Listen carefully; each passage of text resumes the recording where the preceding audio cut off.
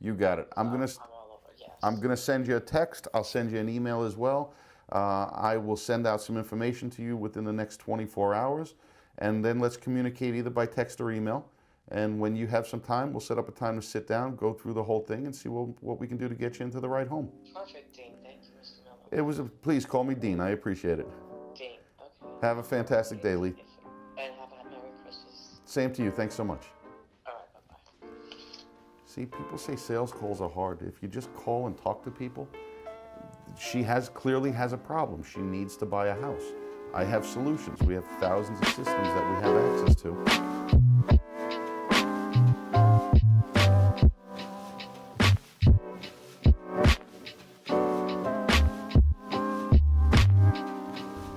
Sell the big house that they're in, buy something smaller, and become what we refer to as a snowbird, where she'll spend the winters either down in South Florida or the Bahamas, as she put it, and then the summers back up here on Long Island to be around some of her family. And that's all we did, was have a conversation that talked about, what are your needs? Here are some thoughts on what the solutions could be. Not, here's the answer to your question, which is what very realtor-centric people would do, is say, I have the solution to your problem. Yeah. I believe we have the solution to your problem, but I can't define it for you. So she says, come over and tell me what my house is worth. I said, well, one thing I like to do different, I don't know what your house looks like. So unless it's a cookie cutter home like 50 others around you that have sold recently, I can't tell you what it's worth until I look at it. I gotta come look at the house. We have to analyze what other things have sold for in the area. And because she says my house is very unique, and when I look at the outside it is, I think it's kind of a Victorian home in a town full of capes and colonials. So it stands out like a sore thumb. So I said, what I need to do is come out and look at it, and then we can analyze the numbers. And from there, we reverse engineer everything that we're doing and say, based on these common things and these different things, we come up with a number. One day I hope to own a condo right in this area. Once my youngest daughter graduates high school, I've already got it figured out. We're selling the house, and my wife and I are coming down here. We're here in beautiful Long Beach, Long Island, one of my favorite places in all of Long Island, and to be honest with you, all of the world. We're gonna take a little tour. We're gonna go meet some business owners and find out what the best things about Long Beach are, why people should live here, why people do live here, and just what's happening in the neighborhood. So let's go take a walk around town and see what's going on. Thanks.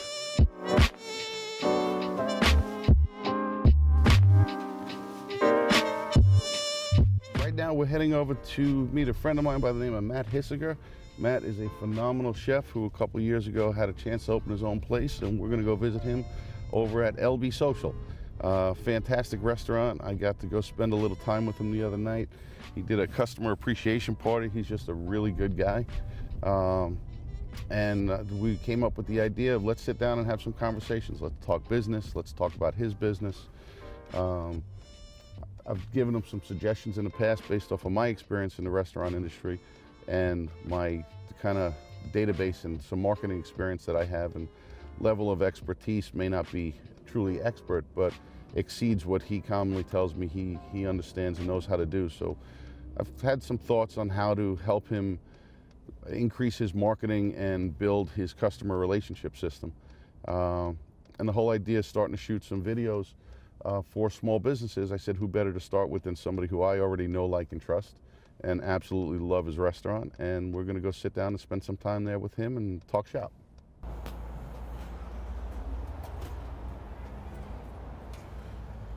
Anybody home? Yes. Got any good bourbon in this joint? I just wrote to you. Did you? What's up?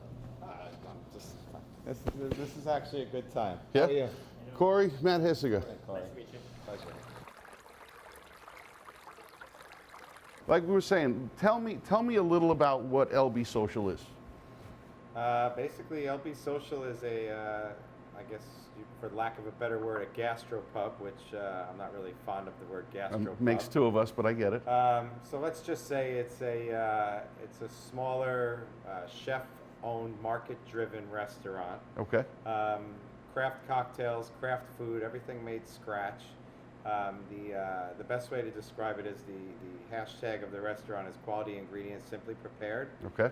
I'm a believer in you just you buy the best of everything. You really don't have to do much to it other than cook it properly. And so this kind of becomes like the hub, or the Cheers, so to speak. We have the train station across the street. Right. And it's really just become a place where locals feel very comfortable. They come, they can hang out. Everybody seems to know one another. Yep. And they just know they're going to hang out, have a good time, have a good meal, have some drinks, have some laughs, and have an all-around great experience. Just a very comfortable, all-around great experience. So let's take a step back. What led you to come to Long Beach? And we'll work backwards, but what brought you here and why? I grew up in Rockville Center, which is 2 towns north of here. Had family down in the Long Beach, Lido area. Always spent my time down at the beach clubs as a kid of Long Beach. Right. Now I believe they're called Nickerson beaches, but at the time they were town beaches. Right. And my family always had a cabana. We would always come down. Then in high school, we would always take the bus from Rockville Center to Long Beach, get off at the corner of Long Beach Road and Park Avenue, and then either we would walk or hitch our way down to the beach clubs, and that's where we hung out for most of our teenage years. My first job after college, when I came home from school in 1990 after spending 6 months upstate, was at a place called the Left Bank Cafe, which was just on the other side of the Long Beach Bridge. Okay. When you go over the bridge, when you come down the bridge, if you make the right, you go down to where Jordan's is. Right. If you basically, when you get to that right, if you made a left into the parking lot, it's now a hibachi place. Okay. That was a place called Left Bank Cafe.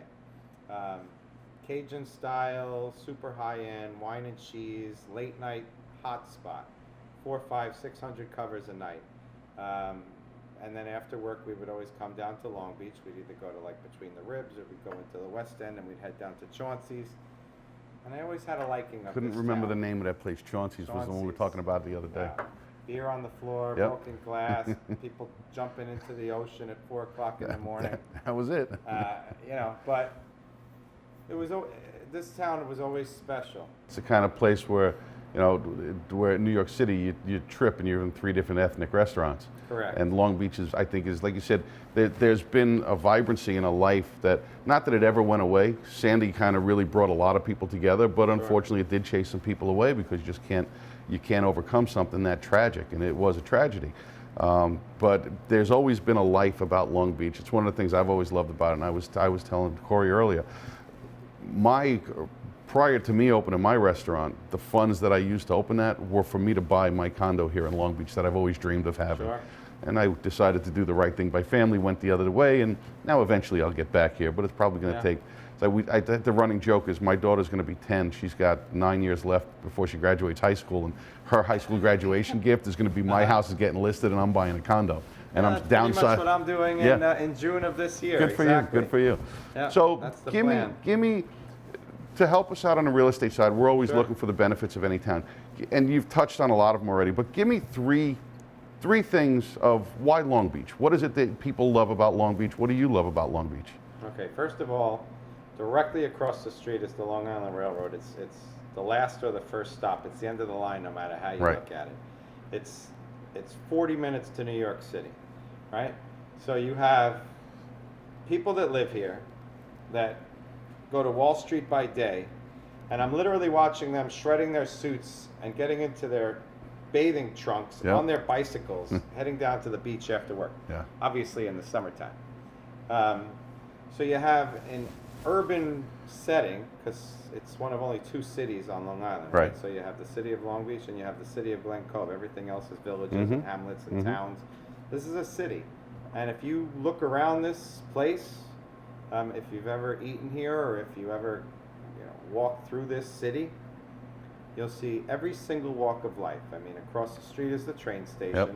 Behind the train station is a housing project development. 4 blocks to the south, there's $1 million homes. You go to the east of here, there's condominiums. You go down to Shore Road. I think the boardwalk is 2-point-something miles. Yeah. I'm not exactly Yeah, sure I think what it's just the over 2 actual- miles. what the actual yardage is or mileage, but you have a tremendous boardwalk.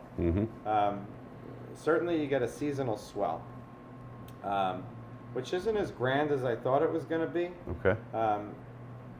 I think my biggest misconception when I came here almost 4 years ago was I thought that there was going to be a much larger seasonal swell, but this city just goes year round. Right. There's something magical about this place in the winter time, and it's really close knit and it's local. I mean, you know, when you talk about the Barrier Island, you're talking about Point Lookout, Yep. which is sizzling. Then you're talking about, you know, Lido, and then Long Beach, and then East Atlantic Beach, and then Atlantic Beach. So you're really talking about, let's say, 5 towns, so Right. to speak. Right.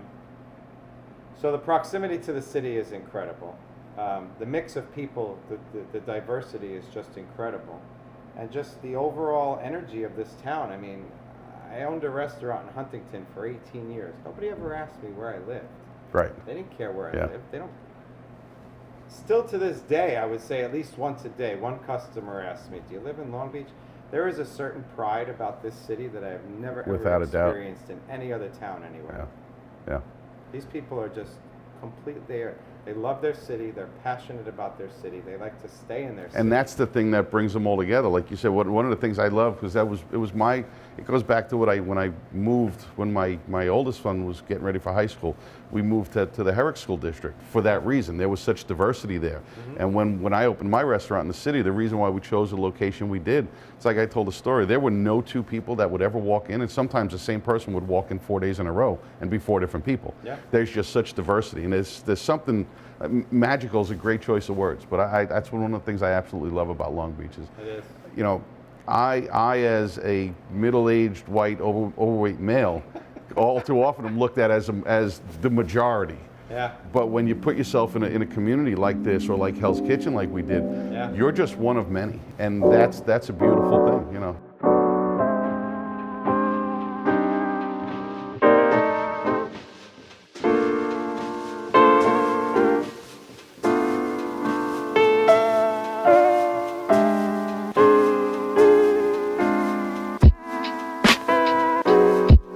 I've got a million ideas in my head on how we can go about producing different stuff, and I'm trying to figure out, like the interview we just had with Matt, how many different ways can I use it, but almost more importantly for me, how many different ways can I get it to him for him to use to promote his place as well. You know, we talk about how the middle of the winter, you guys buying boogie boards and stuff. It's fantastic. It's one of the things I love about this town. It's just always something quirky going on. But how can we repurpose our content on multiple platforms in multiple different ways and try to get our message out there, understanding that for each platform, they all speak a different language. So how can we take this same couple minutes, let's cross here. How can we take the same couple minutes of footage and make it speak an Instagram language to an Instagram audience, or a Facebook language to a Facebook audience, or maybe even something like LinkedIn, where so many of us look at it as nothing more than a fancy resume site, but LinkedIn really has some tremendous power behind it that I've been learning about, and time for me to start getting on that horse and working on that as well.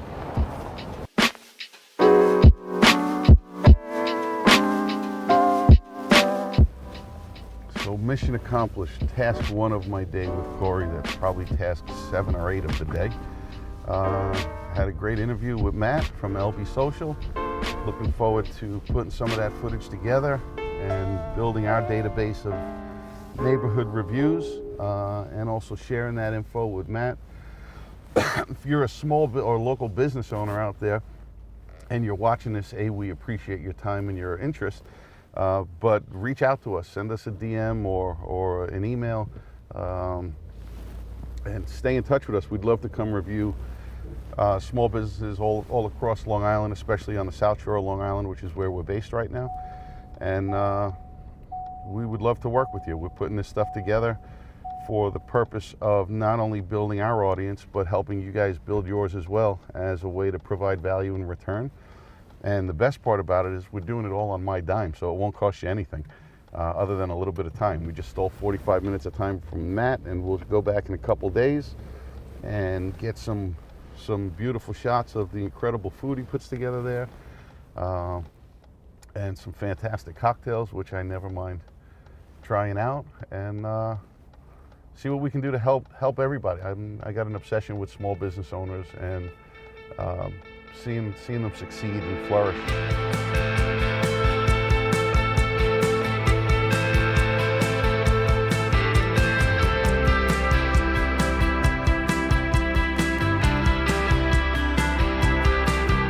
So when people say, where's your office? Usually all I do is hold this up and say it's wherever I am with this. But I needed a physical office space to come hide. So I love, like we mentioned earlier, I love Long Beach. It's one of my favorite places on the island. And I stumbled upon this place here called Bridgeworks, which is a shared office space. They've got 2 buildings right here on the main drag. And I've literally got a tiny little box that is my place to go, and really it's become my think tank. And it's got everything I need, and the rent that I pay for the space that I have here is probably about 30% of what I'd pay if I had to go somewhere else and get my own physical space. So for now, we've got Bridgeworks here that we use. We've got a Regis office in Hauppauge.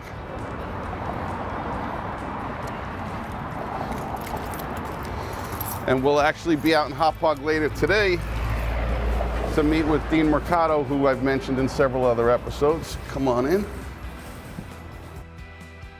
Yeah, I just got to churn through some calls, so that's what we'll do. I'll grab the bag, and we'll go set up shop in there.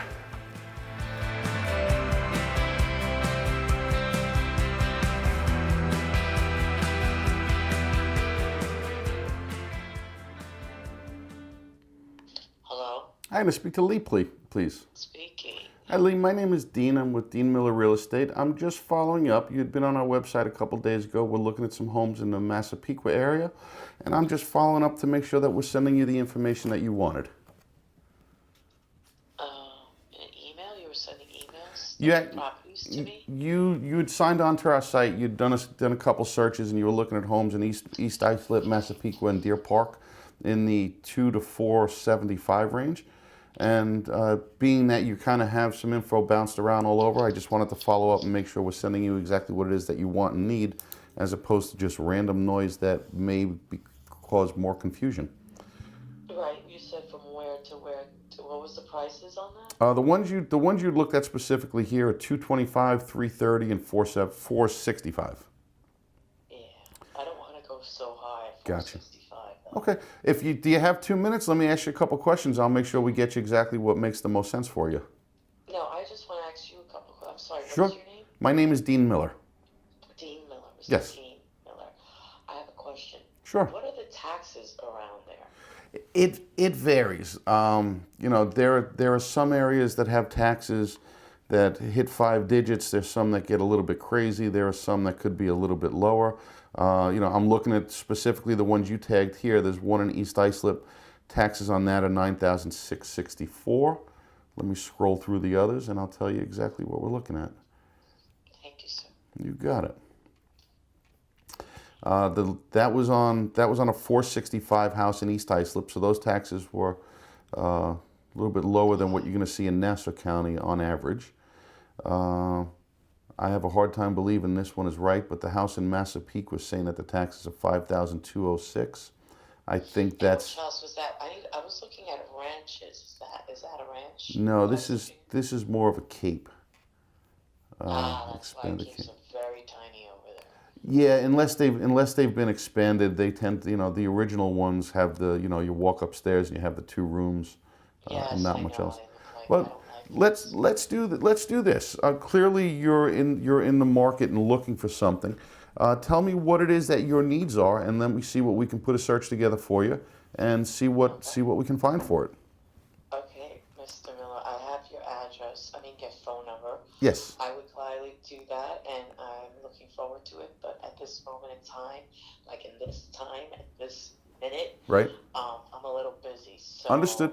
You want to make? Definitely get back to you. Okay, I'm going to keep your number on my contacts. I'll send you a text with my full name and all that other kind of good information. And what I'm looking for is a flat ranch, just a quick okay. Flat ranch. I don't want the taxes to be less than $6,000. Taxes under 6, okay. Any specific towns that you want to look in or want to avoid? Well, anything that I don't want to live in,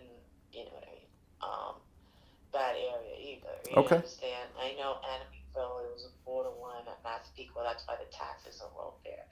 And there was another area, if you walk up the block, my girlfriend lives, her taxes are 12, and then 2 blocks down, everything is 5,000 and Yeah. it's steeper. So I know, and it's a nice area, that area. Mm-hmm.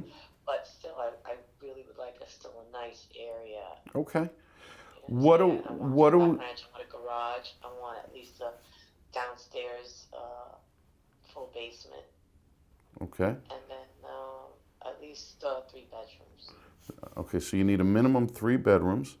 Yes. So do you need 2 full bathrooms or 1 full and a couple halves, or is there any minimum and I maximum would there? like two bathrooms, or one and a half. So 1 full, 1 half. Okay. Yes. Okay. And is there a price range that you think you're most comfortable in? Yes, from 3,000, from 350 down, I think. So 350 is your cap. So here's what I'm going to do. I'll run a quick search. Your email is leeniko@gmail.com. Yes, sir. Okay. I'm going to put together just a preliminary search, and if too many homes show up, I'll just send you a handful of them so that you have something to look at, so that when we have our next conversation, you can tell me what's good and what's not. And as we get to know each other, it'll help me help our systems be a little bit more intelligent, providing you only the information that works for you. Sounds like a plan. Last question. Have you gone through you're going to be purchasing a home with a mortgage? Yes. Okay. Have you gone through the pre-approval process at all? Yes. Okay. And can I ask who you did that with? I don't know the name of it. Okay. I don't know the name. There was 2 of them I ran my report with. Okay. We'll play around with that. So typically, what's the best time for you and I to connect on the phone when you're not busy? The best thing is I call you. You got it. I'm I'm all over. Yes. going to send you a text. I'll send you an email as well.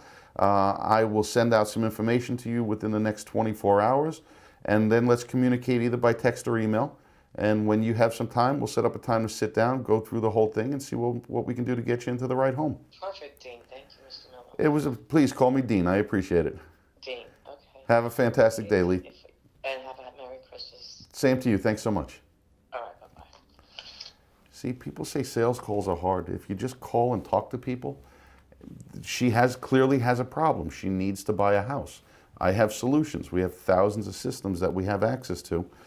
And all it required was a conversation that literally took about 3 minutes. She told me what some of her pain points were and what some of her features and highlights were.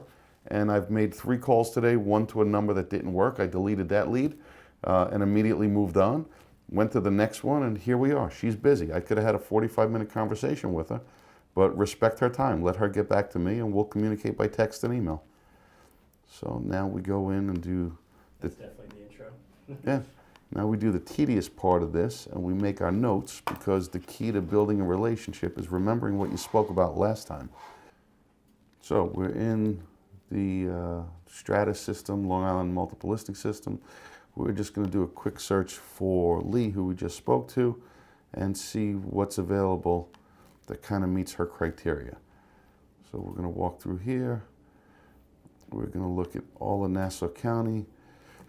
We're going to look at a list price up to, say, $375,000. Style, she wants a ranch. And then some other fields we'll add. Come on.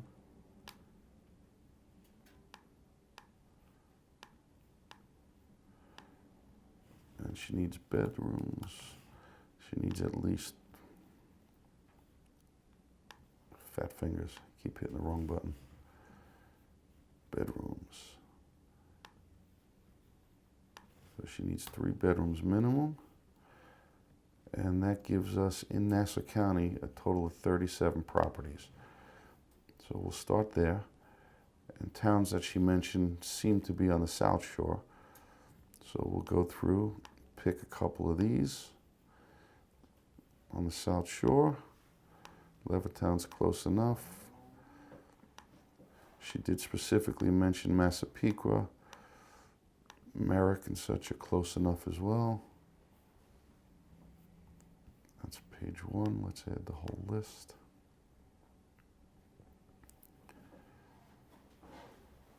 Seaford's on the South Shore.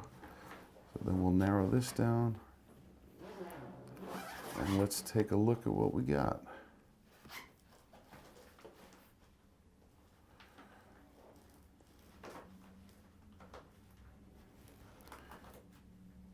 She did say specifically taxes under $6 grand, so let's see what's available.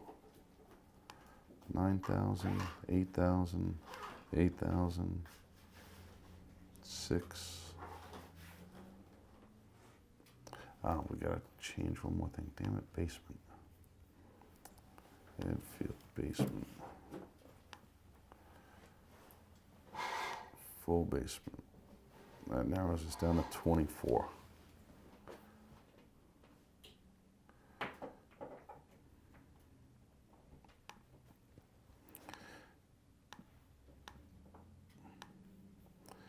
I gotta be honest, I'm pleasantly surprised with the results we got. We'll narrow that down.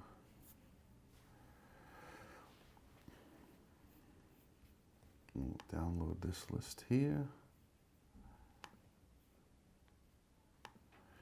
Consumer full.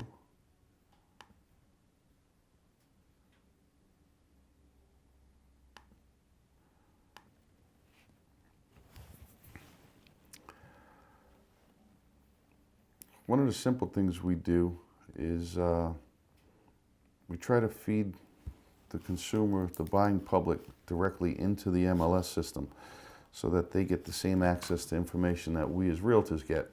And we try to do that very upfront and honestly with them so that people realize exactly what's going on. So in this case, we'll send these 5 homes to Lee, have her take a look, and then we'll get back to her. But then what we'll do is literally click another button, add her as a contact in the MLS system. And every time a property comes up that meets her specific criteria, it will immediately, as soon as the price either changes and falls into her acceptable price range, or a new listing comes on the market, she'll receive an email with that right away. The positive to that is if we run into another market similar to what we had this past spring, where people are being outbid on homes with multiple bids, the earlier you can get in to see those homes, the more likely you are to have a realistic opportunity of successfully buying them. So leveraging the MLS system to give us access is a huge opportunity that not enough people take advantage of in their agent relationship.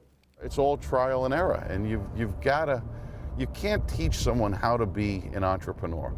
You're either willing to work for it, or you're just lucky that you have it naturally instilled in who you are. And they're few and far between. It's just a matter of going out and trying different things, figuring out what you're passionate about, what you love, what your purpose is, what your why is and your mission, and the big picture stuff, and where do you want to make a difference and how do you want to make an impact. But with studying in a classroom to be told how to be an entrepreneur, I think is just such a waste of time and a false sense of security for these kids.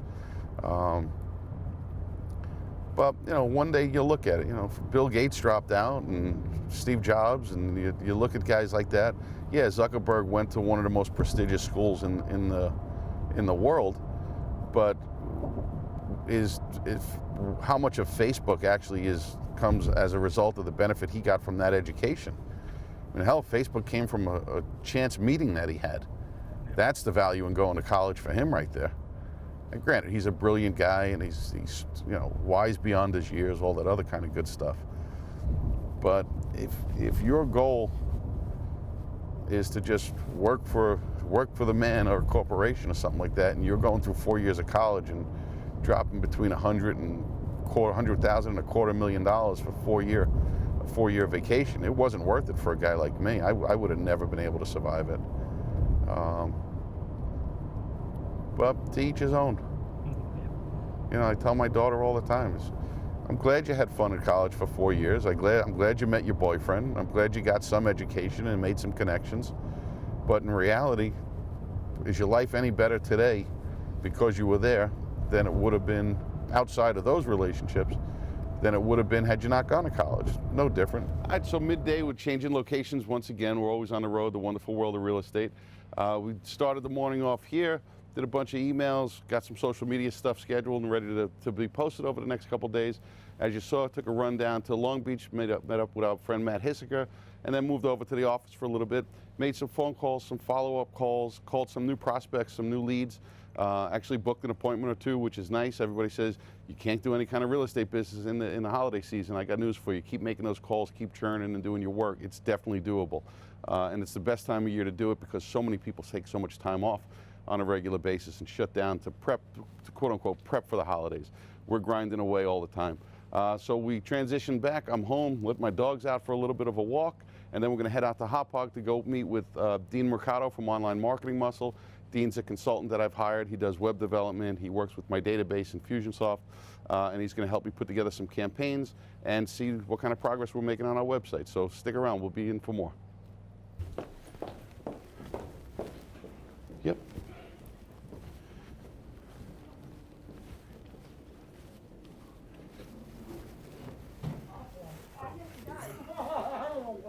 Hello, how you doing? Can I see Dean Mercado? Sure. Thank you. Hello, sir. How you doing? Good to see you again. Corey, Dean Mercado. 6, okay. Lights kind of go out. So you can't stay past that? I stay. Okay.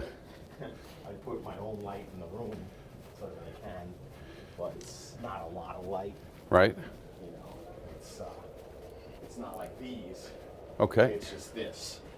Okay. You know, which is one of the torch lights and stuff. So Gotcha. it works. All right. So take your jackets off. Yep. Look, see what you got me doing? See? I do believe that if you wow the you-know-what out of them with your product or your service, they're going to remember it. Right. You know what I mean? And that's where I look at it now and say, you know, it could almost be just as valuable now to do a retargeting campaign on Facebook for all your past clients, just so that you're there. You're not going out of your way to be there, but they just kind of see it out of the corner of their eye. Absolutely, nothing wrong with that. Retargeting is wonderful. Yeah. You know, we don't know where people are, what stage they're in. So yes, you do got to find ways of staying in touch. You know, I do think that you have to get a little creative. Yeah. You know, it has to be on purpose. It has to be with a purpose, not just, you know, hey, you know, here's a tip on what you need to do to make sure whatever you do is this. Right. And I don't want to be that realtor that reminds you twice a year, every year, hey, change the batteries in your smoke alarms. It's time to change your clocks. Or, you know, on top of that, hey, refer me. Right. You know what I mean? It's like, why? Oh. You know, the service was marginal. Why would I refer you? And that's it as well. It's like, you know, even though you have a past client database, how many of them actually do you want referrals from? Do you want to even think about asking for referrals from? Right. So it's, you know, and it is usually a path that I would say that, you know, before you ask for referrals, this has to happen first, this has to happen first, and then you can go there. Right. You know, but it's, if you really truly do live into what we call life cycle marketing with attract and sell and wow, your wow campaigns make all the difference. That's where you're keeping in front and staying in touch and all of that stuff in the wow campaigns. And it's a matter of looking at them and saying, well, how would I want to be kept in touch with? Exactly. Think about any other company, because you mentioned one possibility before when we want you to think of us as you do your stock portfolio. Well, that's great if somebody has an investor mentality. Right. Not so great if they never intend on moving again. This is my dream home. And that's it. You know, you could have the nosy neighbor system that says I want to know what's going on with everything in the house all the time because I'm nosy. Or I want to know if my house is appreciating and at what rate because I want to avoid the next crash and I want to capitalize on as much as I can. So give me an idea of what messages do go out for somebody who buys in a new neighborhood. Let's say I relocate and you get me into a house in Merrick. Okay. Right? Or Mineola. And it's part of, well, let's go through Mineola because I know more about it. But it's part of what my thought process is with the video crew as well is we'd like to figure out a way to network with especially small businesses because they're more like me as opposed to dealing with the corporate guys, where we can get packages put together so that each of these small businesses can show their value to the consumer, and the consumer gets benefit to go see them. So, you know, it's like, you know, the restaurant that says, hey, welcome to the neighborhood, come have dinner on us. Right. Or the pizzeria that says, hey, here's the first one on us. Or, you know, they let me buy $20 gift cards for $10 and say, hey, this is courtesy of me and Joe's Pizza Shop kind of thing. Right. So, you know, we want to put a care package together for them when they move in, so that if they're not from the neighborhood, they get to be exposed to Sure. the best of the neighborhood, which is why I had Paige set up all those Facebook groups, best of every town. And we want there to be some sort of exclusivity in there, so that people see benefit in it, as opposed to a place for everyone to just come and say, hey, come by, his pizza sucks, you should come have my pizza. In this case, as well, pizza sucks in general, come have my Chinese food. Yeah. So that's a thought process, and again, that's a big task that we're going to undertake, but it's going to take time. But it'll also contribute to me continuing to grow at my craft and learning more people, and hopefully bringing more benefit. It's like I went to my buddy's restaurant today, and I said, I don't know what the hell's going to come of this, but I'm going to promote that I'm out here meeting with other local businesses. And at one point I looked at the camera and said, if you own a local business, I'd love to talk to you too. Right. And I'm doing all of this for free. It's at my expense, because there's value to me. So if I can make those connections and start to get the word out that, hey, like I always say, I want it on my headstone, he was a good guy. Sure. Well, I want him to say he is a good guy. Right. And we build our network and our reach that way. Right. So what is it? I don't know, because I haven't put enough thought into it yet to say, what are we going to do? What are we going to implement?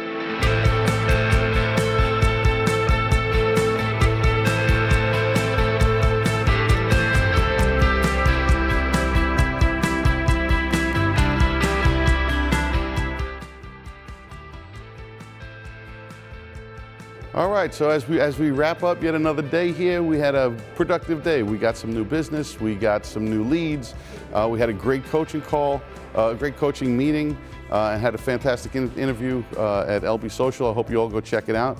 And that'll do it for today. We look forward to seeing you all next week. Thanks again.